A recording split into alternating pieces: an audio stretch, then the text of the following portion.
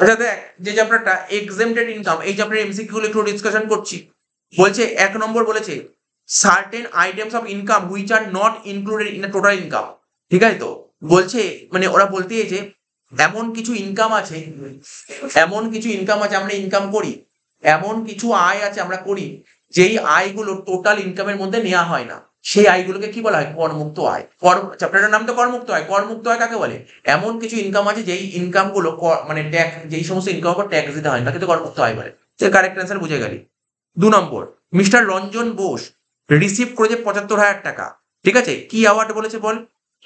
Jnanpith award. ঠিক আছে, তো জ্ঞানপীঠ অ্যাওয়ার্ড পেয়েছে, তাই তো? তাহলে জ্ঞানপীঠ অ্যাওয়ার্ড পেলে এটা যে এমন এক ধরনের অ্যাওয়ার্ড, এর উপর কিন্তু গভর্নমেন্টকে কোনো ট্যাক্স দিতে হয়। ঠিক আছে, এটাও এক্সাম্পটেড ইনকাম। এই চ্যাপ্টারের ম্যাক্সিমাম অ্যান্সার দেখবি এক্সাম্পটেড ইনকাম লেখা আছে। বলছে what is the entity of partnership firm. Partnership firm জিনিসটা কি? পার্টনারশিপ বলছে what is the entity of partnership farm.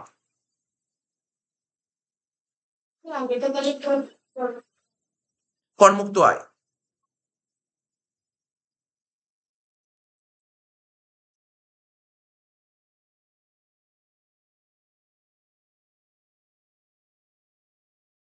এনে তিনেরটা, what is the entity of partnership firm. Partnership firm মানে অংশীদারি কারবারের এন্টিটি কি? অংশীদারি কারবারের যে অংশীদারি পার্টনারশিপ বিজনেসে ইনকাম করলে ট্যাক্স দিতে হয় কি দিতে হয় না? পার্টনারশিপ বিজনেসে ইনকাম করলে ট্যাক্স দিতে হয় কি দিতে হয় না? পার্টনারশিপ বিজনেস ইনকাম করলে অবশ্যই ট্যাক্স দিতে হয়। ঠিক আছে, এটা ট্যাক্সেবল। চারেরটা, চারেরটা কি বলছে? What type of income which is receive by the any member of parliament. ঠিক আছে, পার্লামেন্ট অ্যাজ কনস্টিটিউয়েন্সি। ঠিক আছে, তো তো বলছে মানে পার্লামেন্টের যারা মেম্বার আছে, মানে এমপি, এমপি দেখ দুটো জিনিস, একটা এমপি হয় একটা এমএলএ হয়। এমপি আর এমএলএ, এমপি এমএলএ রা যদি কোনো রকমের কোনো ইনকাম করে, ইনকাম বলতে কি ইনকাম? ধর কি ইনকাম, এই যে কি অ্যালাউন্সেস, এই অ্যালাউন্সটা পেয়েছে, মানে এমপি এমএলএ রা যদি কোনো রকমের কোনো অ্যালাউন্সেস পায়, সেটা কিন্তু এক্সেমপ্টেড হয়। এমপি এমএলএ রা যদি কোনো অ্যালাউন্সেস পায় তাহলে সেটা এক্সেমপ্টেড হয়। এখানে একটা অ্যালাউন্সের নাম বলেছে, ঠিক আছে, কনস্টিটিউশন অ্যালাউন্সেস। ঠিক আছে, এই অ্যালাউন্সটা পেলে এটা কিন্তু এক্সেমপ্টেড হয়, তো এক্সেমপ্টেড হয়ে গেল চারেরটা। কিন্তু মাথায় রাখবি, এমপি এমএলএ রা যে স্যালারি পায় সেটা কিন্তু এক্সেমপ্টেড, সেটা ট্যাক্স দিতে হবে। স্যালারি পেলে ট্যাক্স দিতে হবে, কিন্তু অ্যালাউন্স পেলে ট্যাক্স দিতে হবে। চারেরটা এক্সেমপ্টেড ইনকাম। এরটা এই, আচ্ছা আমি অপশনগুলো বলে দিচ্ছি। পাঁচেরটা বলছে what type of income does Bardhaman municipality receive 1,00,000 টাকা ফ্রম হাউস প্রপার্টি। তাহলে বর্ধমান মিউনিসিপ্যালিটি আছে, যে কোনো মিউনিসিপ্যালিটি হতে পারে, বর্ধমান কেন হবে, কলকাতা মিউনিসিপ্যালিটি হতে পারে, সাউথ দমদম মিউনিসিপ্যালিটি হতে পারে, দমদম মিউনিসিপ্যালিটি হতে পারে, যে কোনো মিউনিসিপ্যালিটি। ঠিক আছে, ওর মিউনিসিপ্যালিটির নিজস্ব বাড়ি থাকে। ঠিক আছে, সেই বাড়ি থেকে তার বাড়িটা ভাড়া দিয়েছে, সে ভাড়া দিয়ে ইনকাম হচ্ছে। আমাদের আমাদের মিউনিসিপ্যালিটি কত বাড়ি আছে, বিয়ে বাড়ি টাড়ি আছে, সে ভাড়া দিচ্ছে, ভাড়া দিয়ে ইনকাম করছে। ঠিক আছে, এটা কি? এটা কি এক্সেমপ্টেড ইনকাম। ঠিক আছে, মানে করমুক্ত হয়, এটাও করমুক্ত হয়। Next, income derive from UTI. ঠিক আছে, ইউটিআই, তো মন দিয়ে একটু শোনা যাক এটা। বলছে income derive from UTI dividend. ঠিক আছে, দেখবি অনেকে ইউটিআই কেনে, ইউনিট ট্রাস্ট অফ ইন্ডিয়া, এখানে ইনভেস্ট করে, তো এখান থেকে যদি কোনো ইন্টারেস্ট পাওয়া যায়, ঠিক আছে, আগে এর উপর ট্যাক্স দিতে হতো না, আগে এটা করমুক্ত আয় ছিল, আগে এটা করমুক্ত আয় ছিল। মন দিয়ে শুনবি, আমি দুটো পয়েন্ট বলছি, একটু মন দিয়ে শুনবি। ডিভিডেন্ড ফ্রম ইন্ডিয়ান কোম্পানি, এর বাংলাটা বলবো, ভারতীয় কোম্পানি থেকে লভ্যাংশ। আর একটা কি ছিল? আর একটা বলছি মিউচুয়াল ফান্ড বা ইউটিআই। মিউচুয়াল ফান্ডের বাংলা কি? Mutual fund. ইউটিআই বাংলা কি? ইউটিআই লেখা থাকে, ইউনিট ট্রাস্ট অফ ইন্ডিয়া। এখান থেকে যদি কোনো ইনকাম হতো, আগে গভর্নমেন্টকে ট্যাক্স দিতে হতো, এখন ট্যাক্স দিতে হবে, এখন ট্যাক্সেবল ইনকাম হয়েছে। বলছে এখানে কি জানতে চাইছে? বলছে income derive from UTI dividend can be claim by an assessee for example. বলছে কত নম্বর ধারায় ছাড় পাওয়া যায়? কি বলো, ছাড় পাওয়া যায় এখন? এখন ছাড় পাওয়া যায় না, তার মানে ধারাগুলো এটা বেকার দিয়েছে, অপশনগুলো কারেক্ট আছে নানা ঘাবড়ানোর জন্য দিয়েছে কোশ্চেনটা।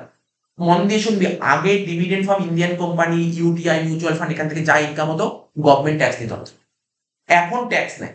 আগে যখন ট্যাক্স দিত না, তখন এই সেকশন গুলোই ছিল, এই সেকশনের মধ্যে আসতো। তো এখন এই সেকশন গুলো, এই যে এখানে 1034, 1035, এই সেকশন এখন নেই, মার্কেট থেকে উঠে গেছে। 34, 35 মার্কেট থেকে উঠে গেছে, এ নেই। তাহলে এখন কি বললাম, কোশ্চেন কারেক্ট অ্যান্সার বুঝতে পারলি? নান অফ দিস, একটা কোনো কনফিডেন্স থাকবে খুব জরুরি এই কোশ্চেনে। তোকে যদি বলে dividend from Indian company taxable নাকি নট ট্যাক্সেবল, কি অ্যান্সার বলবি? করযোগ্য নাকি করমুক্ত, কি বলবি? কর যোগ্য, কর যোগ্য, ট্যাক্স দিতে হয়, কর যোগ্য, কর যোগ্য। বললাম তো ধারাটাই উঠে গেছে, এখানে বললাম কর যোগ্য, ট্যাক্স দিতে হবে। এখানে যে ছিল, এই দেখ আর একটা কথা তোকে বলেইছি, আমি জিজ্ঞাসা করছি, বলতে পারি 10 নম্বর ধারায় কি বলা আছে ইনকাম ট্যাক্সের একটা, যদি পরীক্ষায় দেয় 10 নম্বর ধারায় কি বলা আছে? আরে তুই যে চ্যাপ্টারটা বলছিস, চ্যাপ্টারটার নামই হচ্ছে 10 নম্বর ধারা, করমুক্ত আয়। করমুক্ত আয় কত নম্বর ধারায় বলা আছে? 10। তুই কি বলতে পারি, তুই আজকে তুই ইনকাম করছিস, যে কোনো মানুষ ইনকাম করছে, তাই সমস্ত ইনকামের উপর ট্যাক্স দিতে হয়। যেই সমস্ত ইনকাম উপর ট্যাক্স দিতে হয় না, সেটা 10-এ বলা আছে। তাহলে কোন কোন ইনকামের উপর ট্যাক্স দিতে হয় সেটা 10-এ বলা আছে। বুঝতে পারলি কি বললাম? খুব ভাইটাল কোশ্চেন, কিন্তু তোকে যে পরীক্ষায় দেয় এটা জেনে রাখো যে না, 10-এ কি বলা আছে, যে সমস্ত ইনকামের উপর ট্যাক্স দিতে হয় সেটা 10-এ বলা আছে। ঠিক আছে, এবার ডিভিডেন্ড ফ্রম ইন্ডিয়ান কোম্পানি, আগে এর উপর সরকার ট্যাক্স নিত না, এখন ট্যাক্স নেয়।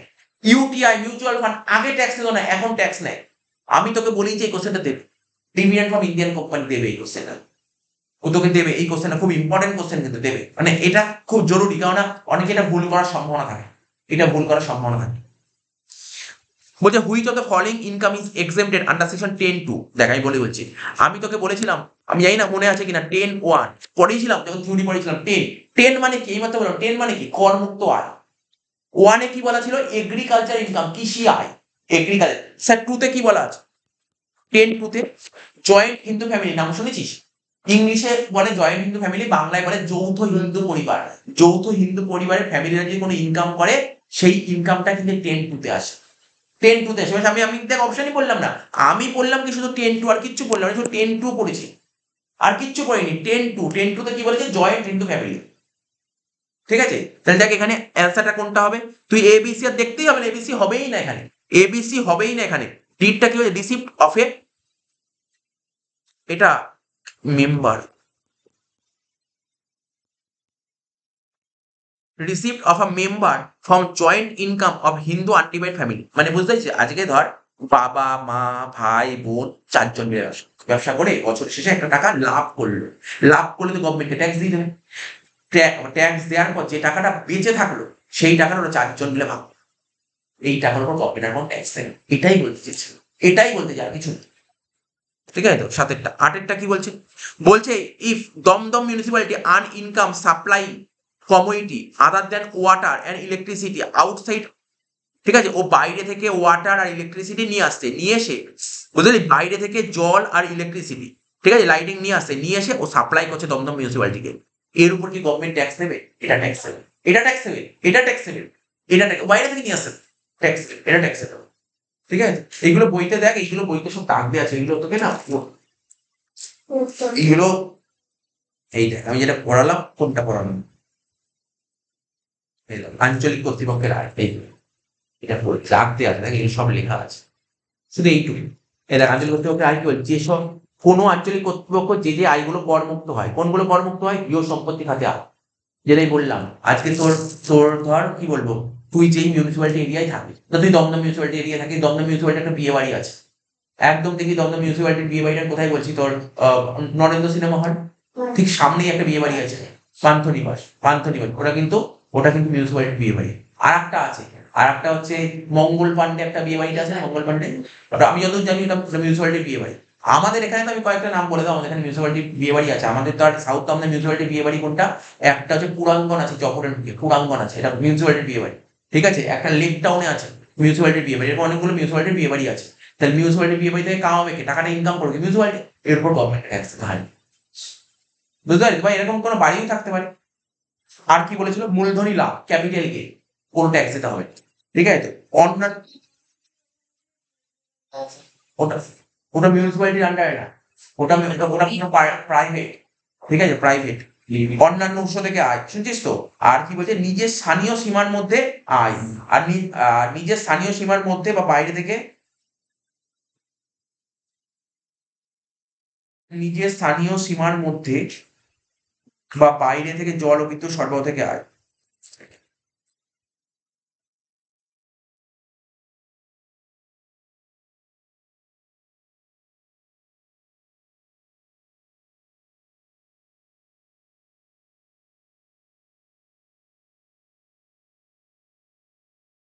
আচ্ছা, এই অ্যান্সারটা কি হবে জানিস তো, এই অ্যান্সারটা,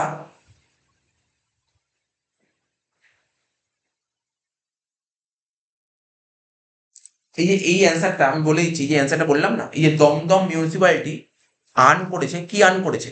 ইনকাম করেছে কি? Supplying commodity other than water. এখানে কি বলছে? Other than water and electricity. Other than water and electricity, ভালো করে একটু বুঝবি ভালো করে।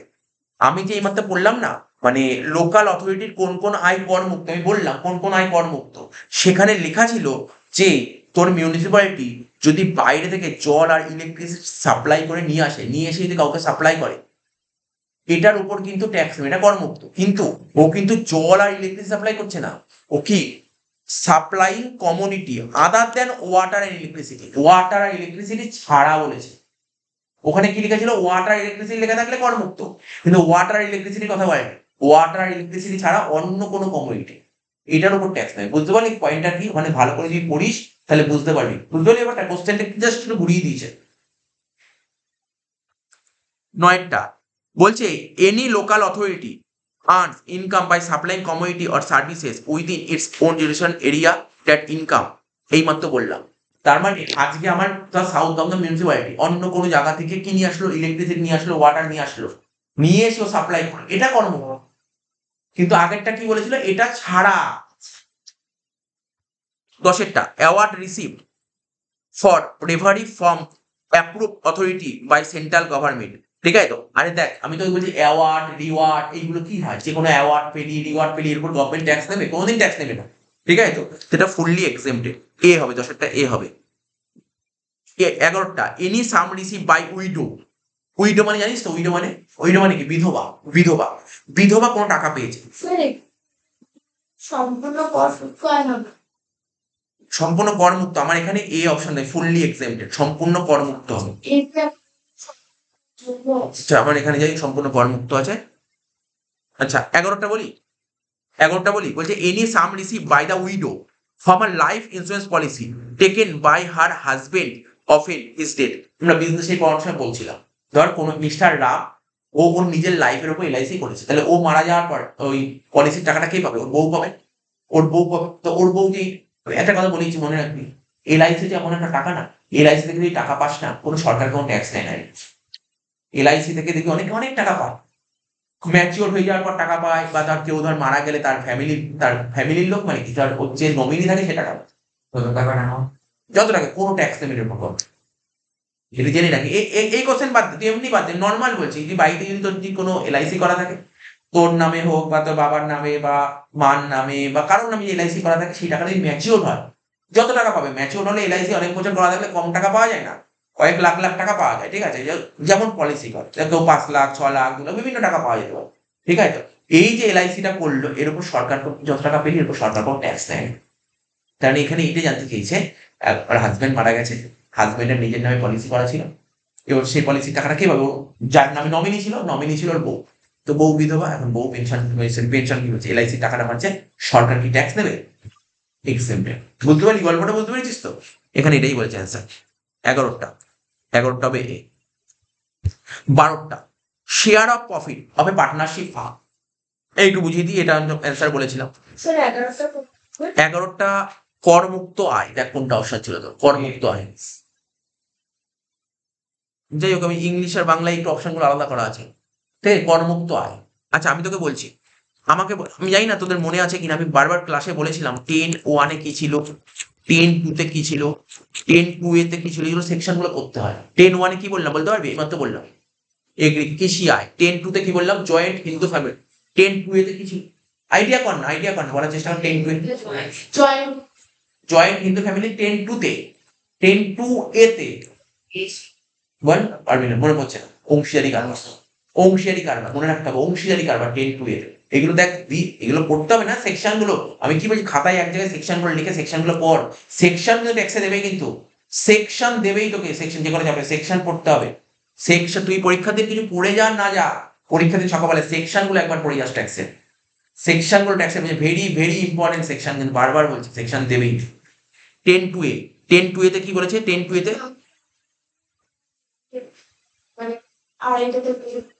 শুধু অ্যাকাউন্টেন্সি আর কস্টমসটা বোঝা হয়নি। আচ্ছা দেখ, 10-2 কি বললাম? Partnership firm. Share of profit হবে পার্টনারশিপ ফার্ম। তাহলে শেয়ার অফ প্রফিট হবে পার্টনারশিপ ফার্ম। কত নম্বর ধারায় বলা আছে বললাম? 10-2 আচ্ছা আচ্ছা তুই দেখ 10(2) যখনই লিখলাম তার মানে কি হবে, এটা কি হবে, কর মুক্ত হবে না করযোগ্য হবে, বলতে হবে না কর মুক্ত না করযোগ্য, কি করে করযোগ্য হয়, 10 মানেই তো মুক্ত বলেছি, 10 মানেই তো কর মুক্ত, 10 ওফ, আমি কি বলছি ভালো করে শোন, ব্যাপারটাকে শোন, তুই অন্য এটার সঙ্গে অন্যটা গুলিয়ে ফেলেছিস। যখনই লিখলাম সেকশন 10, তুই আজকের পর থেকে জেনে রাখ 10 নম্বর ধারা যদি পাস তো জীবনে কোনোদিন করযোগ্য হবে না। 10 মানেই মুক্ত, ইনকাম ট্যাক্স অ্যাক্টে 10-এ বলাই আছে 10 মানেই মুক্ত, ট্যাক্স দিতে হবে, 10 হলে ট্যাক্স দিতে হবেই না, এটা মাথায় রাখ, আমি তোকে বলে দিলাম, বুঝলি, 10-এর যত আছে, 10-এ প্রচুর আছে, তোদের সিলেবাসে কয়েকটা 7-8টা পয়েন্ট আছে, 10-এর ট্যাক্সই দিতে হয় না 10-এর মধ্যে পড়লে, ঠিক আছে তো। তাহলে এবার বলি স্যার পার্টনারশিপ ফার্ম, আপনি তো বলেন ট্যাক্সেবল, হ্যাঁ পার্টনারশিপ ফার্ম ট্যাক্সেবল, কিন্তু এখানে কি বলেছে, তাহলে তুই বুঝতে চাইলে তুই বোঝাচ্ছি, ধর 3 বন্ধু মিলে ব্যবসা করেছে, এ বি সি, ব্যবসা করেছে, ব্যবসা করে, তাহলে ব্যবসা করলে গভর্নমেন্টকে ট্যাক্স দিতে হবে না, ট্যাক্স দিতে হবে তো, তোর ব্যবসা করে 3 জন মিলে ব্যবসা করে প্রফিট করেছে 1 লাখ টাকা, গভর্নমেন্ট কত ট্যাক্স নেয় জানিস, পার্টনারশিপ বিজনেসে 30% ট্যাক্স নেয়, মানে মোটামুটি 30% ট্যাক্স নেয়, গভর্নমেন্টের নিয়ম 30%, তাহলে 1 লাখ টাকা 30% কত হলো, 30,000 টাকা গভর্নমেন্ট ট্যাক্স দিল, তাহলে হাতে বেঁচে রইল কত, আর 1 লাখ টাকার মধ্যে 30,000 টাকা ট্যাক্স দেওয়া হলে 70,000 টাকা বেঁচে রইল, এই 70,000 টাকা এবিসি ভাগ করে নেবে, তাহলে 70,000 টাকা যখন এবিসি ভাগ করবে, এর একটা ইনকাম হলো, বির একটা হলো, সির একটা হলো, তাহলে এ যত টাকা ইনকাম করলো তারপর গভর্নমেন্টকে আবার ট্যাক্স দেবে, ট্যাক্স দিয়ে দিয়েছে, এই কারণটা হচ্ছে এটা, আর ওটা কি ছিল, পার্টনারশিপ বিজনেস করে ট্যাক্স দিতে হয় কি নয়, দিতে হয়, ওটা আলাদা এটা আলাদা, দুটো কনসেপ্ট আলাদা, এটাই বলছে শেয়ার অফ প্রফিট, এই জন্য কি বলেছে, শেয়ার অফ প্রফিট বলে দিয়েছে, বুঝতে পারলি তো, কোশ্চেন পড়তে হবে তোকে। 13টা, Kolkata municipal corporation earn income by supply, একই কোশ্চেন দিয়েছে দেখ, Kolkata municipal corporation earn income from supplying various service, ঠিক আছে, মানে কলকাতা মিউনিসিপ্যালিটি বিভিন্ন রকমের সার্ভিস দিচ্ছে, বিভিন্ন রকম সার্ভিস দিয়ে, ও কলকাতা মিউনিসিপ্যালিটি দমদম মিউনিসিপ্যালিটিকে সার্ভিস দিয়েছে, সার্ভিস দিয়ে ইনকাম করেছে, ট্যাক্স নেবে, ট্যাক্স নেবে, এর উপর ট্যাক্স, এটা ট্যাক্সেবল, এটা ট্যাক্সেবল মানে কি বলবো, করযোগ্য। অনেক সময় না এমসিকিউ আমরা জাস্ট একটু পড়েই অ্যান্সার দিতে যাই, কিন্তু না কোশ্চেনটা ভালো করে পড়বি। 14টা কি বলেছে, mister Anil Saha is a member of Hindu undivided family, ওই ইনকাম করেছে কত, হিজ পার্সোনাল ইনকাম 75,000 টাকা, হি রিসিভ 10,000 টাকা out of family business, how much the taxable income, ঠিক আছে, কত টাকার উপর ট্যাক্স দিতে হবে, তাহলে আবার পড়ি বলতে পারবি অ্যান্সার 75, বলছে অনিল সাহা হচ্ছে হিন্দু আনডিভাইড ফ্যামিলির মেম্বার, ওর পার্সোনাল ইনকাম হচ্ছে 75,000 টাকা, পার্সোনাল ইনকাম হচ্ছে 75,000 টাকা, এবং ও 10,000 টাকা পেয়েছে ফ্যামিলি বিজনেস থেকে, তো এরকম ট্যাক্স দিতে হবে, ও তো ট্যাক্স অলরেডি দিয়েই দিয়েছে, তাহলে 75,000 টাকার উপরই ট্যাক্স দিতে হবে। 15টা, what is the taxability of dividend receive by foreign company, foreign company মানে বিদেশের কোম্পানি, বিদেশের কোম্পানি থেকে তুই ডিভিডেন্ড পেয়েছিস, দেখ তুই দেশের কোম্পানি থেকে ডিভিডেন্ড পা, বিদেশের কোম্পানি থেকে ডিভিডেন্ড পা, ট্যাক্স দিতে হবেই, ট্যাক্সেবল, করযোগ্য। 16টা, what is the taxability of sum receive state government as award in the public interest, মানে তুই রাজ্য সরকারের কাছে কোনো অ্যাওয়ার্ড পেয়েছিস, তাই না, রাজ্য সরকারের কত রকমের অ্যাওয়ার্ড হয়, বিভিন্ন রকমের অ্যাওয়ার্ড হয়, রাজ্য সরকার অ্যাওয়ার্ড দেয়, তাহলে এই যে অ্যাওয়ার্ডটা পাওয়া যায় এর উপর এটা কি এক্সেমটেড নাকি এক্সেমটেড, কেন কর্ম, কোন ট্যাক্স দিতে হবে, ঠিক আছে তো।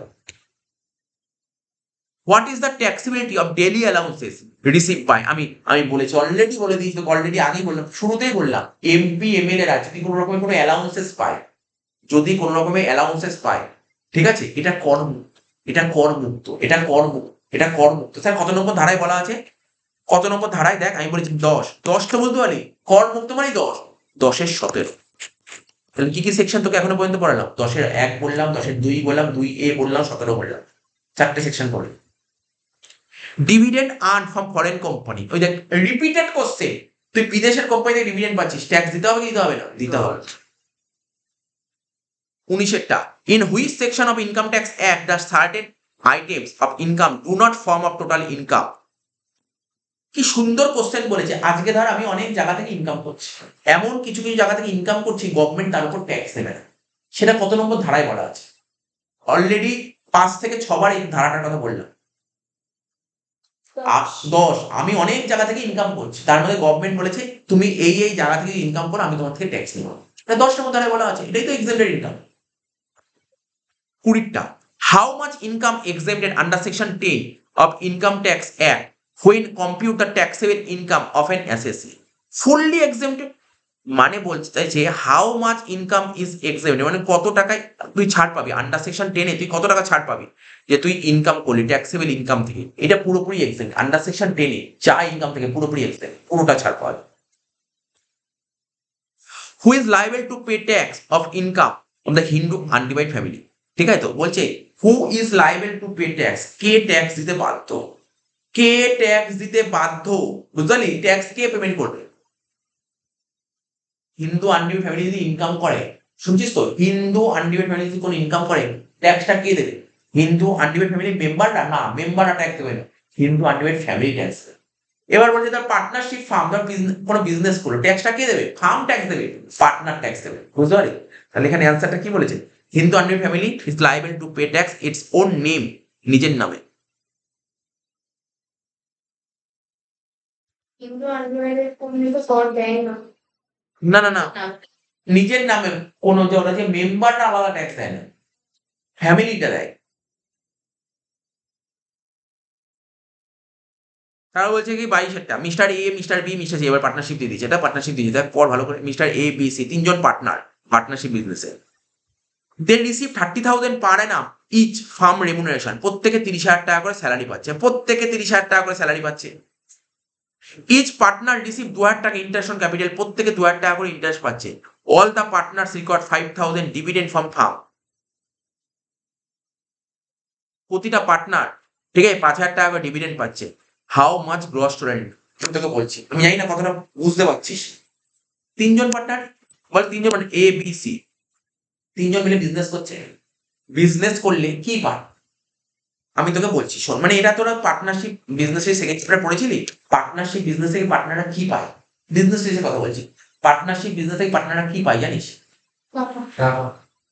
একটু ভালো করে টাকা বললে হবে না তো প্রফিট আমি বলি দেখ শোন স্যালারি আমি শোন আজকে ধর আমি একটা দোকান খুলেছি ধর একটা মুদিখানা দোকান খুলেছি তাহলে দোকানটা কে চালাচ্ছে আমি এক মালিকানা কারবার থেকে মালিক কখনো স্যালারি পায় না কারণ মালিক তো একাই কাজ করবে বাবাকে বলে একটু পরে একটু বাকি আছে ফোন করলে বলেছি বারবার ফোন করলে বলে একটু দেরি আছে কি বললাম বুঝতে পারি তো আজকে আমি এক মালিকানা কারবার আমি আজকে একটা মুদিখানা দোকান চালাচ্ছি আমি ব্যবসা থেকে ব্যবসা তো টাইম আমাকেই দিতে হবে যা আসবে পুরো আমার যা যাবে পুরো আমার তাই তাহলে এক মালিকানা কারবারে কখনো স্যালারি পাওয়া যায় কিন্তু পার্টনারশিপ বিজনেস তিনজন পার্টনার এ বি সি মিলে বিজনেস করছে তাহলে পার্টনাররা কিন্তু বিজনেস থেকে স্যালারি পেয়েছে এখানে তিনজন পার্টনারের বিজনেসে স্যালারি রুল বলা আছে পার্টনারশিপ বিজনেস থেকে পার্টনাররা স্যালারি পায় এটা নিয়ম পার্টনারশিপ বিজনেসে পার্টনাররা স্যালারি পায় এটা পার্টনারশিপ ডিডে পরিষ্কারভাবে মেনশন করা আছে কিন্তু এক মালিকানা কারবারে স্যালারি পাওয়া বাধ্যতামূলক নয় মানে কেন আরে কমন সেন্স খাটা আজকে আমি একটা দোকান খুলেছি আমি স্যালারি নেবো কিন্তু দুজন পার্টনার হলে আরেকজন পার্টনার বলবো বাবা তুমি কাজ করলে একজন কাজ করলো আরেকজন কাজ করলো না তাহলে যে কাজ করলো সে স্যালারি পাবে যে কাজ করলো সে স্যালারি পাবে বুঝতে পারি তো তাহলে পার্টনারশিপ বিজনেস থেকে স্যালারি পাওয়া যায় বোঝা গেল কি বললাম এটা রুল আর একটা কি স্যার ইন্টারেস্ট অন ক্যাপিটাল আজকে আমি এক মালিকানা কারবার বিজনেস করছি আমি ব্যবসা শুরু করার সময় ব্যবসাকে 1,00,000 টাকা দিলাম ঠিক আছে তো ব্যবসা তার বদলে আমাকে কি দেবে প্রফিট দেবে কিন্তু পার্টনারশিপ বিজনেসে এ ব্যবসাকে টাকা দিল বি ব্যবসাকে টাকা দিল সি ব্যবসাকে টাকা দিল তাহলে বদলে ব্যবসা ওদের কি দেবে বলছে বদলে ব্যবসা ওদেরকে ইন্টারেস্ট দেবে তার মানে কি বলতে পারি পার্টনারশিপ বিজনেস থেকে কি পাওয়া যায় স্যালারি পাওয়া যায় ইন্টারেস্ট অন ক্যাপিটালও পাওয়া যায় দুটোই কিন্তু পাওয়া যায় স্যার প্রফিট পাওয়া যায় কারণ পার্টনারশিপ বিজনেসে প্রফিট পাবি না স্যার প্রফিট পাবো কিন্তু এই প্রফিটের উপর গভর্নমেন্টকে ট্যাক্স দিতে হবে না তাহলে তুই এবার আমি তোকে অনেকটা ধরে বোঝালাম এখানে অ্যান্সারটা নিশ্চয়ই বুঝতে পারি কি হতে পারে এখানে দেখ স্যালারি পাচ্ছে পার্টনাররা কত করে 30,000 টাকা করে তাই তো ইন্টারেস্ট অন ক্যাপিটাল পাচ্ছে কত করে 2,000 টাকা করে আর ডিভিডেন্ড মানে প্রফিট পাচ্ছে 5,000 টাকা স্যার প্রফিট পেলে তো ট্যাক্স দিতে হয় না তাহলে এটা নেব না তাহলে কত হলো অ্যান্সারটা 32,000 টাকা বুঝতে পারলি কি বুঝতে পারলি না বলে অ্যান্সারটা কেন 32 কারণটা বলবো কারণটা বোঝ এখানে ডিভিডেন্ড মানে ওরা যে ব্যবসা করলো ব্যবসা থেকে কত পেয়েছে একজন 5,000 টাকা করে এর উপর ট্যাক্স দিতে হবে এখানে বলছে কত টাকার উপর ট্যাক্স দিতে হবে এখানে জানতে চাইছে, বলছে এ বি সি ওদের ইন্ডিভিজুয়াল ইনকামটা বের করো। ইন্ডিভিজুয়াল ইনকাম মানে কত টাকা ট্যাক্স দেবে, এটাকে বলা হয় জিটিআই, গ্রস টোটাল ইনকাম। হ্যাঁ বল।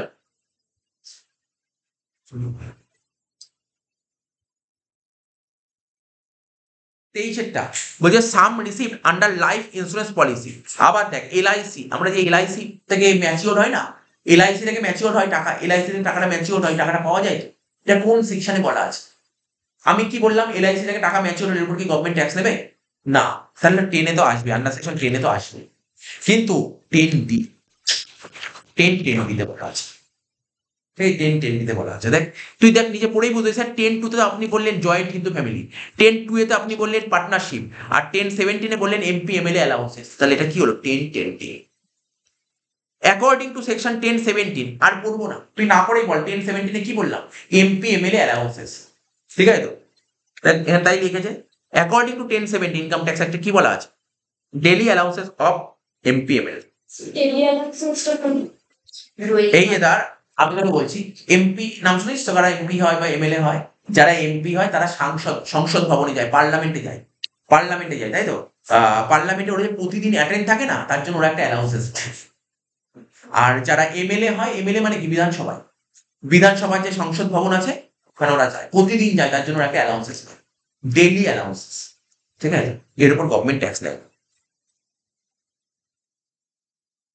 25 which of the following income is exempted under section 10(17)(a)? তাহলে কি বলেছে এখানে? বলেছে 10-17 মানে তো বুঝতেই পারলি তুই, 10-17 মানে কি বুঝলি স্যার? এমপি এমএলএ রা যে অ্যালাউন্সেস পাচ্ছে। আর এখানে কি বলছে? Any payment made by reward by the central government for remove, এখানে দেখি একটু অপশনটা, দেখো।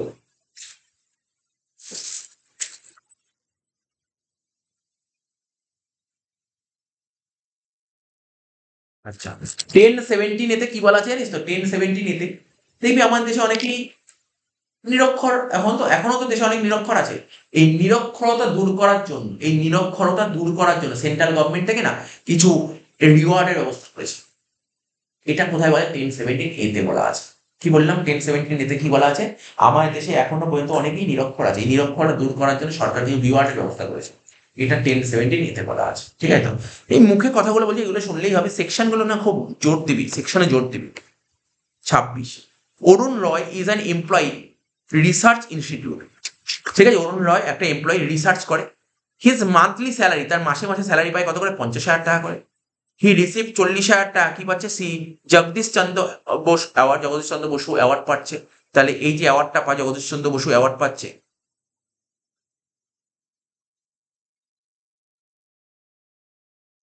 তাহলে ওই যে জগদীশ চন্দ্র বসু যে অ্যাওয়ার্ড পাচ্ছে, বুঝতে পারছিস তো? বলবো তোকে, জগদীশ চন্দ্র বসু যে অ্যাওয়ার্ড পাচ্ছে, অ্যাওয়ার্ড পেলে তার এটা কি এক্সেমটেড নাকি এক্সেমটেড, করমুক্ত? তাহলে এটা তো আসলে 40,000 গল্প বললোই না। কিন্তু একজন ভদ্রলোক কত টাকা করে স্যালারি পাচ্ছে মাসে? আজকে ধর যে চাকরি করতে যায়, জানিস যে চাকরি করতে যায়, তো চাকরি করে প্রতি মাসে যে টাকাটা পায় তার উপর গভর্নমেন্ট ট্যাক্স নেবে কি নেবে? নেবে। আমি কি কোথাও বলি যে স্যালারির উপর সরকার ট্যাক্স নেয়? কোনোদিন চলবে না, ঠিক আছে তো? 50,000 টাকা করে হলে এক মাসে, বছরে কত টাকা ট্যাক্স দেবে? মানে বছরে কত টাকা কামালো স্যালারি থেকে? 6 লাখ টাকা, হ্যাঁ কি না? কিন্তু আমি এখানে অপশন রাইট মেরে দিয়েছি 5.5 লাখ টাকা। কি ভুল লিখেছি? ঠিক লিখেছি, একদম ঠিক লিখেছি। এটা হয়তো তোরা হয়তো দাগ দিল, বই দেখে দাগ দিল, হয়তো বুঝিস নি কেন 5.5 লাখ টাকা হবে, কেন 5.5 লাখ টাকা কেউ করে দিচ্ছে। স্যালারি থেকে কামালো কত? অরুণ রয়, ডক্টর অরুণ রয় 6 লাখ টাকা। স্যালারি থেকে যত টাকা কামানো হয় না, তার থেকে একটা ছাড় পাওয়া যায়। অ্যাকচুয়ালি এটা তুই সেকেন্ড সেমিস্টারেই পাবো, সেকেন্ড সেমিস্টার স্যালারি বলে একটা চ্যাপ্টার যখনই পাবো। তো স্যালারি থেকে কামালো কত? অরুণ রয় 6 লাখ টাকা। ওর উপর সরকার ওকে একটা ছাড় দেয়, একটা বিধিবদ্ধ ছাড়। বাংলায় বলা হয় বিধিবদ্ধ ছাড়, ইংলিশে বলা হয় স্ট্যান্ডার্ড রেট। স্যার কত টাকা ছাড় দেয় স্ট্যান্ডার্ড? 50,000 টাকা ছাড় দেয় সরকার, ঠিক আছে তো? কত হলো? 5.5 লাখ। এই করে 5.5 লাখ, ঠিক আছে? দেখ তোরা বই দেখে দাগ দিলে 5.5 লাখ টাকা, তুই বুঝিস নি কেন 5.5 লাখ টাকা হলো। তুই ভাবি স্যার 50 বার তো 6 লাখ টাকা হলো, 5.5 লাখ কেন হলো? কারণ হচ্ছে 50,000 টাকা ছাড় পায়। আমি তোদের বলে দিচ্ছি, কেউ যদি চাকরি করে, কেউ যদি কোনো পার্সন আমার ভারতবর্ষে দাঁড়িয়ে কেউ যদি চাকরি করে, সবাই 50,000 টাকা করে ছাড় পায়, সবাই। এক বছরে, এক মাসে না কিন্তু এক বছর টোটাল যত টাকা ইনকাম স্যালারি থেকে কামালো, তার থেকে 50,000 টাকা ছাড় পাওয়া যায়। এই যে এইটাই বুঝতে একটু অসুবিধা হলো, তুই যখন সেকেন্ড সেমিস্টার আরম্ভ করবি তুই বুঝিয়ে যাচ্ছে 50,000 টাকার ব্যাপারটা কি ছিল। পরে বুঝিয়ে যাবে, যখন প্রতিটা অঙ্কে এটা পাবি 50,000 টাকা। 27 বলছে লোকাল অথরিটির ইনকাম। আচ্ছা তুই এমনি অপশন ভাব, অপশন দেখেই বলার চেষ্টা কর না, তুই কারেক্ট অ্যান্সার বুঝিয়ে যাবি। 10 2 তে কি বলেছিলাম? HUF। 10 2 এতে কি বলেছিলাম? Partnership firm. 10 17 কি বললাম? ওই যে তোর এমপি এমএলএ। তাহলে তুই বুঝে তিনটে তো একটাই হলো না, তাহলে কোনটা হবে? 10 20। 10 20 তে বলা আছে লোকাল অথরিটির income. 28 dividend from Indian company. Indian company dividend পেলে করযোগ্য না করমুক্ত? করযোগ্য। তারপর 29 under which section of income tax act, ঠিক আছে, long term capital gain from transfer of equity share or unit exempt before 1480। Actually আমি তোকে পড়িয়েছি, তোদের বইয়ের লাইনটা দাগ দিয়ে দিচ্ছি, লাইনটা পড়ে নেবে, তাহলে আর ব্যাপারটা আমি ক্লাসে পড়িয়েছিলাম, বাট আরো ব্যাপার ক্লিয়ার হবে। এই যে তোদের বইয়ের 9 নম্বর পয়েন্ট আছে, 9 নম্বর পয়েন্টে শেষ করে নেব। 9 নম্বর পয়েন্টটা কি বলেছি? Equity share. 9 নম্বর পয়েন্ট বের করেছিস বইয়ে? বইয়ের 9 নম্বর পয়েন্টটা দাগতে, বইয়ের 9 নম্বর পয়েন্টটা দাগতে। এমসিকিউ না, 9 নম্বর পয়েন্ট, 132 পাতা। 9 নম্বর পয়েন্টটা কি বলেছিল? ইকুইটি শেয়ার হস্তান্তর মানে কি স্যার? হস্তান্তর মানে আজকে ধর আমি শেয়ার কিনেছি, মনে দিয়ে শুনবি, আমি ধর আজকে শেয়ার কিনেছি, শেয়ার কিনে আমি শেয়ারটা কাউকে বেঁচে দিতে পারি, এটা কিন্তু হস্তান্তর করা হয়। আমি শেয়ার কিনলাম, শেয়ারটা যদি বেচে দিই এবং শেয়ার বেচে দিই, লং টার্ম ক্যাপিটাল গেইন হয়। এখন তুই বলিস sir long term capital gain জিনিসটা কি? 12 ওটা শিখবি, capital gain. Capital gain 12 chapter আছে। তবুও আমি বলেছি তুই জানতে চাস, শেয়ার কিনে আমি শেয়ার কিনে শেয়ার বেচতে পারি। শেয়ার যদি আমি 12 মাসের মধ্যে বেচে দিই তখন তাকে বলে শর্ট টার্ম ক্যাপিটাল গেইন। আর সেই শেয়ার যদি 12 মাসের পরে বেচি তখন তাকে বলে লং টার্ম। ঠিক আছে, এইটুকু জেনে রাখ, শেয়ার বেচে যদি লং টার্ম ক্যাপিটাল গেইন হয়, ঠিক আছে, শেয়ার বেচে যদি লং টার্ম ক্যাপিটাল গেইন হয়, বলছে 1 অক্টোবর 2004 সালের পরে, 1 অক্টোবর 2004 সালের পরে, ঠিক আছে, হ্যাঁ বলেছে, একটু শোন, কথা বলিস না, দাগ দিয়েছিলাম, ভালো করেছিলাম, শোন। 1 অক্টোবর 2004 সালের পরে, 1 অক্টোবর 2004 এর পরে ইকুইটি শেয়ার বেচে যদি লং টার্ম ক্যাপিটাল গেইন হয় সেটা কর মুক্ত। তাহলে আমি এখানে ডেট বলেছি, ডেটটা কি বলেছি? এই দেখ কি বললাম ডেটটা, এখানে কোনটা, কোন কোশ্চেনটা? এইটা, এই যে ডেটটা কি বললাম বল? 1/10/2018, এই তারিখে একটা ডেট, এই ডেটটা মনে রাখবি। এরপরে শেয়ার বেচে যদি লং টার্ম ক্যাপিটাল গেইন হয়, ঠিক আছে, তখন কি হবে? তখন কি ছিল? তখন এখানে দেখ, তখন হচ্ছে তোর করমুক্ত। কি লিখে ছিল? 1/4 মানে 1 অক্টোবর 2004 সালের পরে ইকুইটি শেয়ার বেচে যদি লং টার্ম ক্যাপিটাল গেইন হয় তাহলে সেটা হবে সম্পূর্ণ করমুক্ত। ঠিক আছে, সম্পূর্ণ করমুক্ত।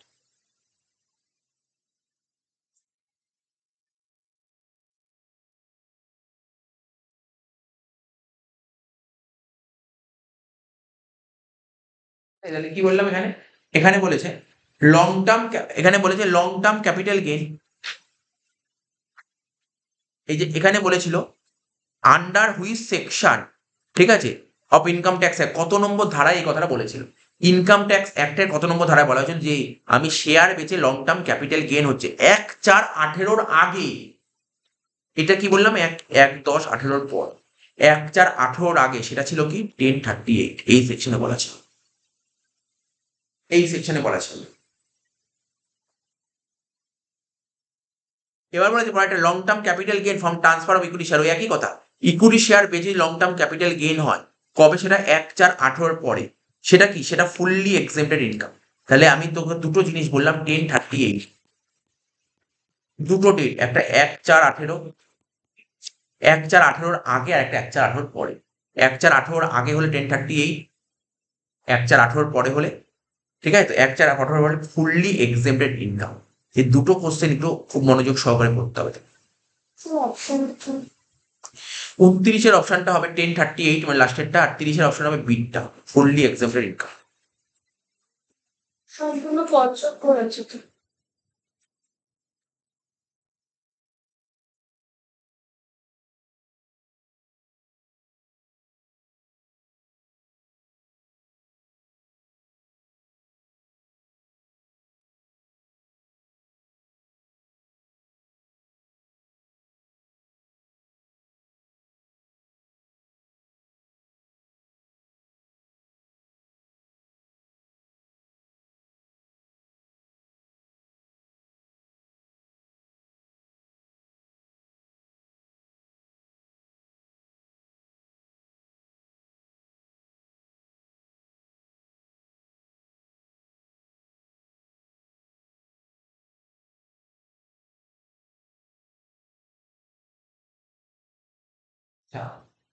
তুই কি বললি ওটা? আগেরটা কি বললাম? 29-এরটা কি বললাম? 1/4/18 আগে। 1/4/18 আগে হলে কর মুক্ত, আর 1/4/18 পরে হলে সেটা কর যোগ্য ছিল। 1/4/18 পরে হলে কর যোগ্য, ঠিক আছে? এটা কর যোগ্য হবে। এখানে কি অপশন দিয়েছে? প্রথমটা এক্সেম্পটেড দিয়েছে, তারপরটা ফুললি ট্যাক্সেবল হবে। ট্যাক্সেবল ফুললি করযোগ্য, বুঝছো? পুরোপুরি করযোগ্য। তাহলে 1/4/18 আগে হলে মুক্ত, 18 পরে হলে 1/4/18 পরে হলে করযোগ্য।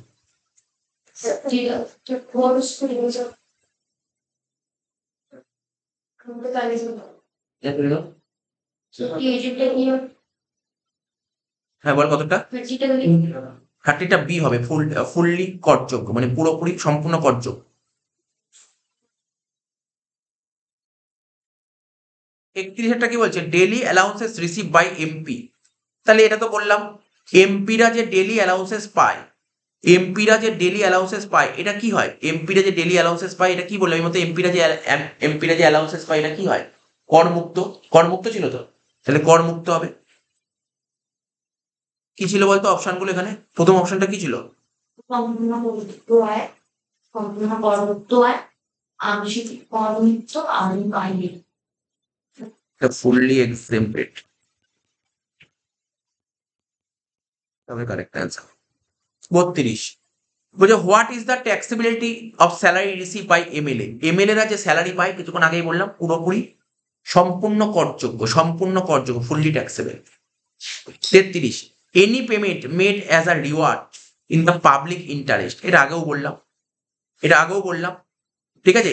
পাবলিক ইন্টারেস্টে যদি কোনো রকমের কোনো রিওয়ার্ডের কথা ওঠে, আর 1017A, ঠিক আছে? 1017A তে কি বলা আছে? 1017A যদি নিরক্ষরতা দূরীকরণের জন্য সেন্ট্রাল গভর্নমেন্ট বা স্টেট গভর্নমেন্ট যদি কোনো রকম কোনো রিওয়ার্ড দেয়, এটাই বলেছিলাম। তাহলে এখানে কি হচ্ছে? If the award paid in cash অথবা কাইন্ড হতে পারে। 34 নম্বর কি বলেছে? Receipt of a member from the joint income of Hindu undivided family. এটা কি exempted income? 35 any sum receive under a keyman insurance policy থেকে যদি কোনো রকম কোনো টাকা পয়সা পাওয়া যায়, এটা ট্যাক্সেবল ইনকাম হয়, এটা করযোগ্য আয়, করযোগ্য। কিম্যান ইন্স্যুরেন্স পলিসি থেকে কোনো টাকা পয়সা পাওয়া যায়। The taxability of daily allowances, ঠিক আছে? এমপি এমএলএরা যে অ্যালাউন্স পায় সেটা কি হয়? Fully exempted.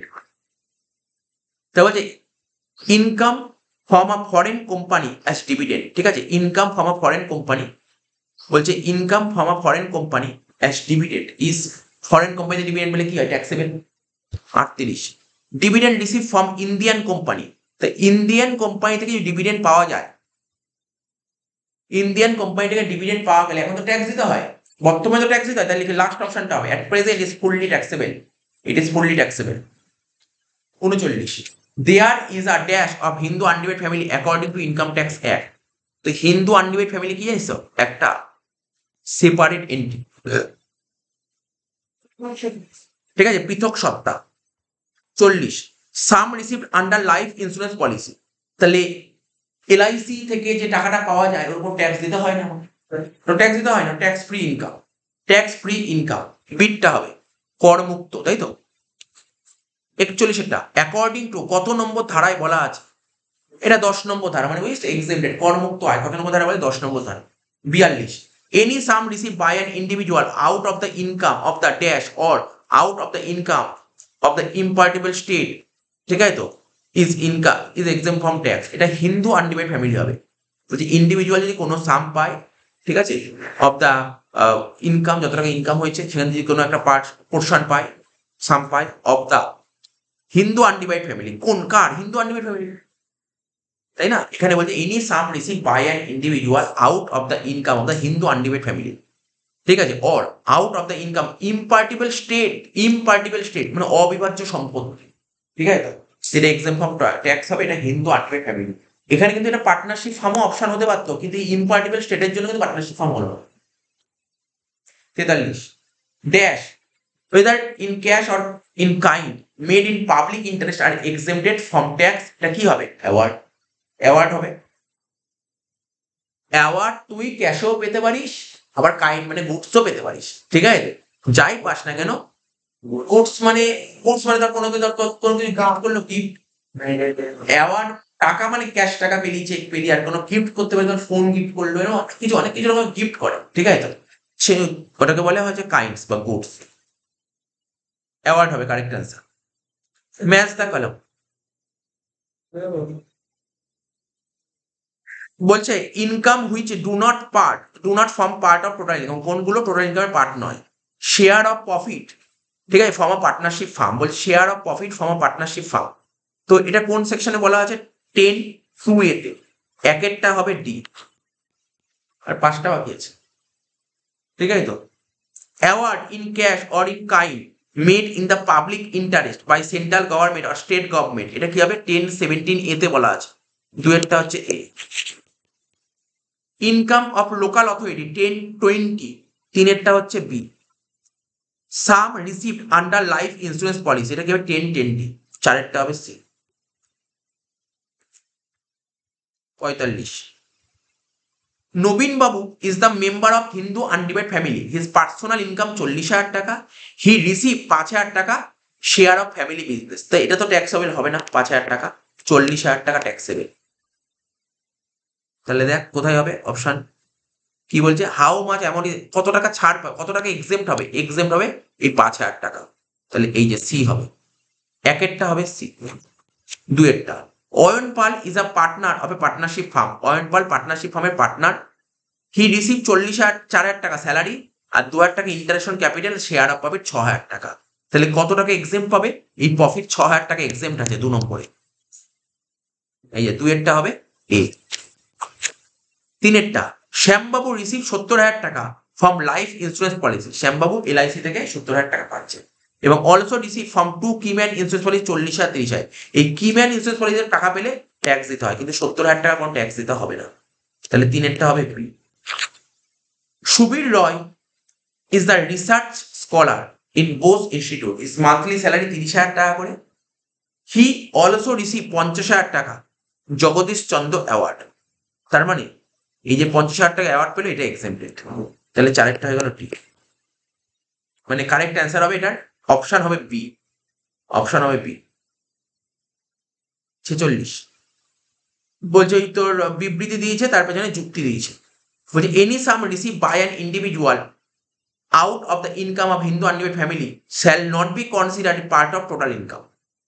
Income received by an individual out of the income of the Hindu undivided family is exempt from tax 10(2). এটাই কারেক্ট অ্যান্সার হবে। হিন্দু আনডিভাইডেড কত? 10(2) তে বলা ছিল, এটাই correct answer. 47, Dum Dum municipality earns capital gain 1,00,000 টাকা অন সেলিং ইটস ল্যান্ড বিক্রি করে 1,00,000 টাকা প্রফিট হয়েছে, ঠিক আছে? ল্যান্ড অ্যান্ড প্রপার্টি মানে ল্যান্ড অ্যান্ড বিল্ডিং বিক্রি করে 1,00,000 টাকা প্রফিট হয়, capital gain. Explain the tax liability, এটা 10(20) হবে, কারণ লোকাল অথরিটির ইনকাম। 10(20) ফার্স্টের অ্যান্সারটা হবে, ফার্স্টের অ্যান্সারটা।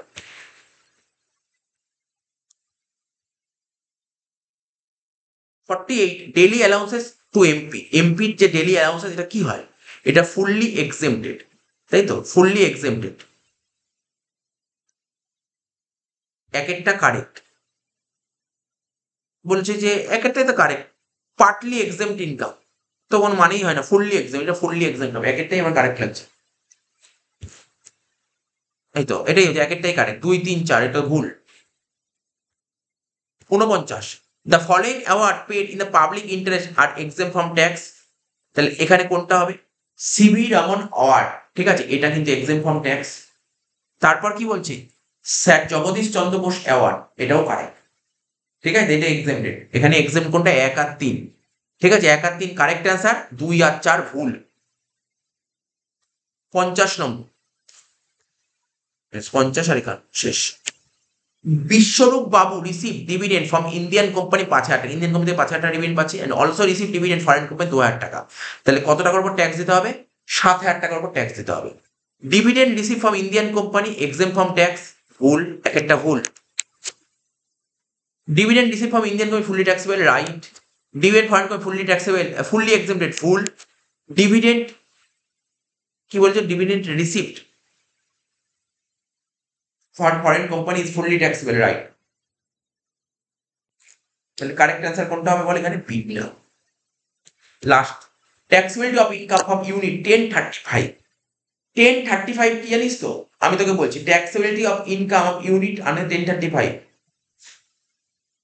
এই 1035 যে কথাটা বলেছে না, 1035 কিসের কথা বলে? ইউটিআই এর কথা বলে। ইউটিআই থেকে যদি কোনো ইনকাম হয়, আগে ইউটিআই থেকে ইনকাম হলে কোনো ট্যাক্স দিতে হতো না, 1035 লেখা ছিল।